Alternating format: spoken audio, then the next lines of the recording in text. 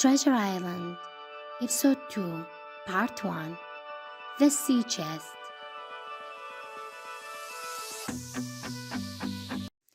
I told my mother everything. We were very frightened and did not know what to do.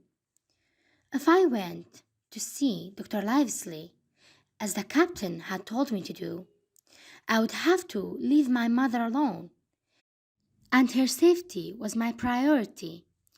On the other hand, it also seemed too dangerous for us to stay at the inn.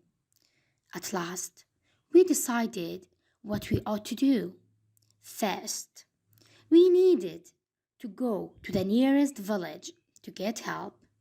Then, we would come back to open the chest and take the money the captain owed us before anyone else came for it. But when we got to the village, no one wanted to return with us to the Admiral Benbow. Some of the men had heard of the terrible Captain Flint, and others had seen strange men on the road that day, as well as a ship in nearby bay. They were all too frightened to leave their houses. We decided to go back to the inn alone to carry out our plan. One man gave me a gun in case we were attacked, and a boy said he would ride to the doctor's house to get help. When we arrived back at the inn, nothing had changed. We locked the door, lit a candle, and holding each other's hands, we walked into the room where the captain lay. I went down on my knees on the floor. Near the dead man's hand was a small, round, black piece of paper, the black spot. I picked it up. Written on one side were the words, "You have till 10 tonight." Luckily for us, it was still only 6 o'clock. I anxiously looked in his pockets for the key to the chest, but I found nothing. Then, finally, I saw it on a piece of string around his neck. I cut the string, and we went quickly upstairs to find the chest. It was old and well used like any other sailor's chest, and it had the letter B burnt on it. "Give me the key," said my mother, and although the lock was difficult to open, she turned it and opened the lid in a moment. At the top, there was a carefully folded suit.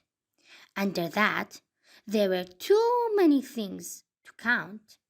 Some pistols, a large piece of silver, an old Spanish watch, and many more small objects. At the very bottom of the chest lay a packet covered in cloth and a heavy bag that held gold coins.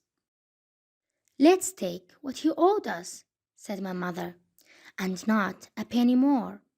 And she began to count out the coins. It was a long, difficult job because the coins were all of different countries and sizes.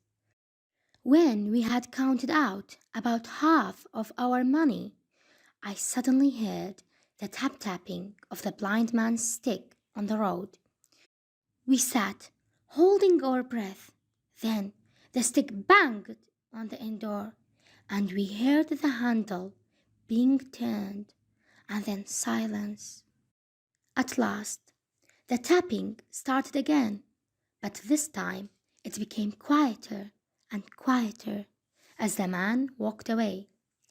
Not long after that, we heard a whistle blow far up on the hill. That was enough for us. "I haven't counted enough to pay his bill, but I'll take what I have," she said, jumping to her feet. And I will take this instead of the rest of the money, I said, picking up the packet covered in cloth. We went as quickly as we could down the dark stairs and out onto the road.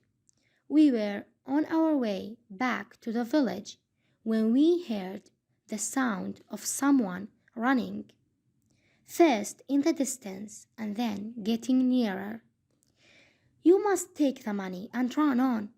I feel I'm going to faint, my mother said, and then she fell on my shoulder. Luckily, we were near a little bridge, and with some difficulty, I managed to pull her under it.